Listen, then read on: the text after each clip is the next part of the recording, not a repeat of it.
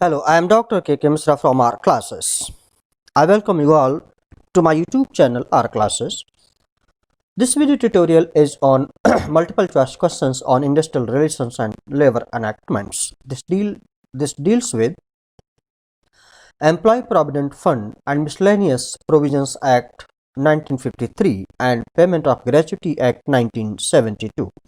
This is part 7 of the video tutorials in series. Question number 1. Which of the following statements about the Employees Provident Funds and Miscellaneous Provisions Act are true? First, the Act is not applicable to cooperative societies employing less than 50 persons working with the aid of power. 2. It makes provision for pension scheme, including family pension. 3. There is no wage limit to be covered under the Act. Fourth, the Act has a provision relating to employees' deposit-linked insurance scheme. From among the options given here, option A is correct, wherein first, second and fourth statements mentioned above are correct in case of the question. Now, question number 2. What is the present wage limit to be eligible to be covered under the Employees Provident Funds and Miscellaneous Provisions Act 1952? A. Rupees 6,000, B. Rupees 6,500, C. Rupees 15,000, D. Rupees 14,500. Correct option is C. Rupees 15,000. 3. What are the emoluments earned by the employees which do not come under the definition of basic wages in Employees Provident Funds and Miscellaneous Provisions Act 1952? Here statements are: first, all emoluments which are earned by an employee while on duty or on leave or on holidays, with wages in either case in accordance with the terms of the contract of employment, and which are paid or payable in cash to him. 2. The cash value of any food concession. 3.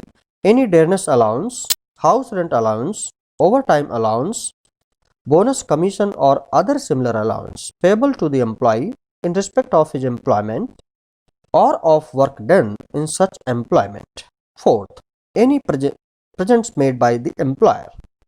Here from among the options given, option D is correct, wherein statements mentioned above, second, third and fourth are correct. Question number 4. The Act is applicable to every establishment which is a factory engaged in any industry specified in Schedule 1st and in which dash persons are employed.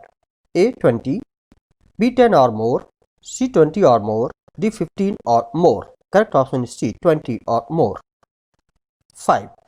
The chairman and members of Central Board constituted under Employees Provident Fund are appointed by dash A. Central Government, B. State Government, C. Supreme Court, D. None of the above. Correct option is A. Central Government. 6.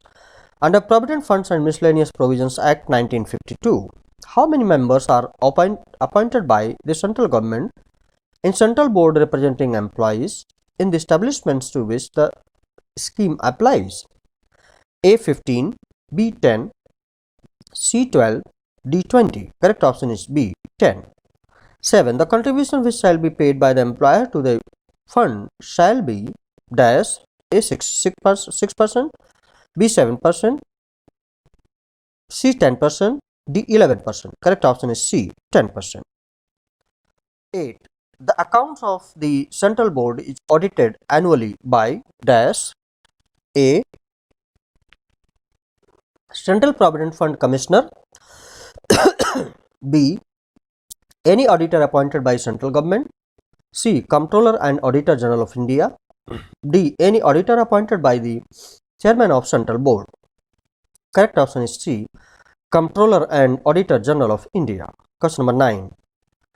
An employer who contravenes or makes default in complying with the provisions of Section 6 of this Act shall be punishable with imprisonment for a term which may extend to dash years. A. 3, B. 2, C. 1, D. 5.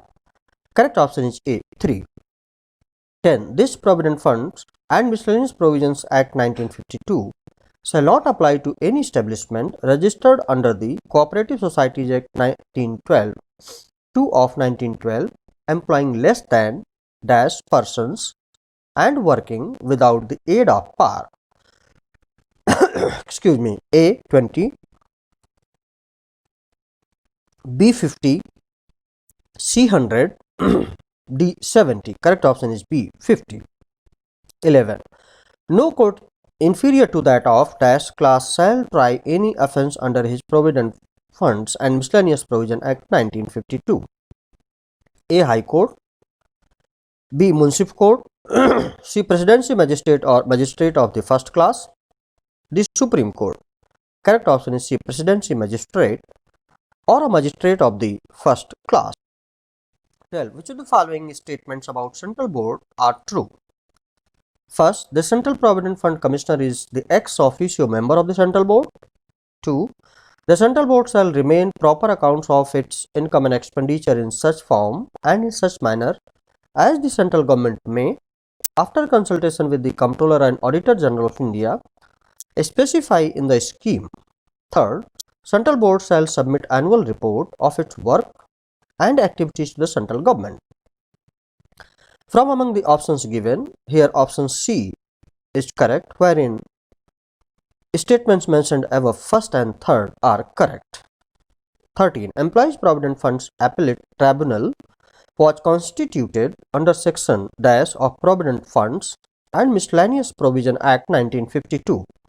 A. Section 7D, B. Section 6A, C. Section 7C, D. Section 6D. Correct option is A. Section 7D. 14.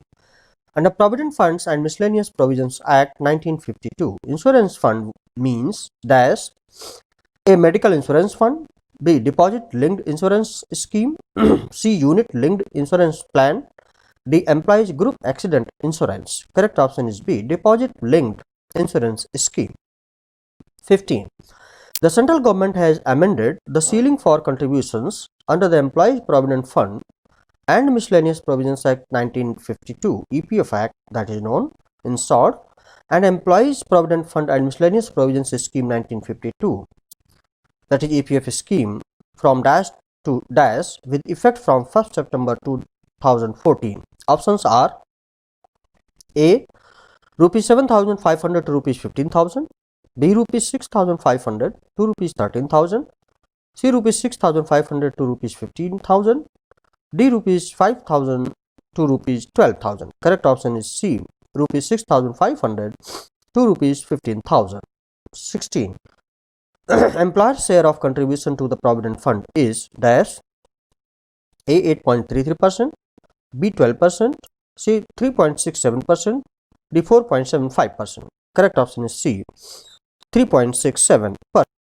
17. The scheme defined under Section 2 from the clauses I to B, I section B in fact, subsection of the PF Act 1952 is dash A. Pension scheme, B. Provident Fund scheme, C. Family pension scheme, D. Insurance scheme. Correct option is D. Insurance scheme. Question number 18. Section 2 I subclause A of PF Act 1952 defines A. Member, B. Insurance, C. Insurance fund, D. None of these.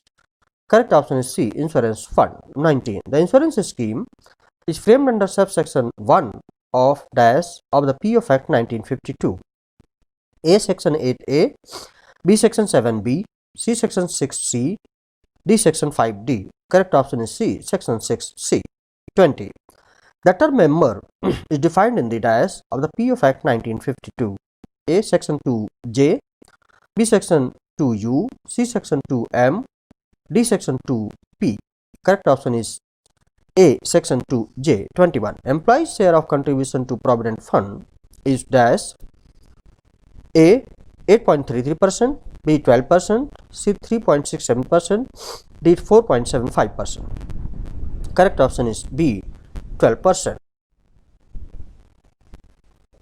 22. Section 2K subclause A of the PF Act 1952 defines dash A. Occupier of the factory. B. Pension fund. C. Establishment. And D. Pension scheme. Correct option is B. Pension fund. 23. The Employees Pension Fund is established under subsection 2 of dash A section 8A, B section 7A, C section 6A, D section 5A. Correct option is C section 6A. 24.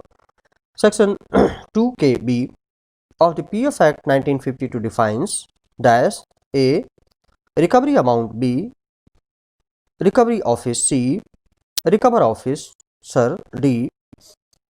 Repayment amount. Correct option is C. Recover officer. 25. Section 2 subclause 2 of the PF Act 1952 defines dash A. Superannuation. B. Annual salary. D. Scheme policies. D. Recovery. Correct option is A. Superannuation. So this was all about this video tutorial. I hope that you have liked it, and if you have liked it, please do not forget to subscribe my channel or classes and press the bell button and pass it on to others, those who are needy now and in the future. Thank you. Like, share and subscribe. Thank you very much. Have a nice time. Best of luck.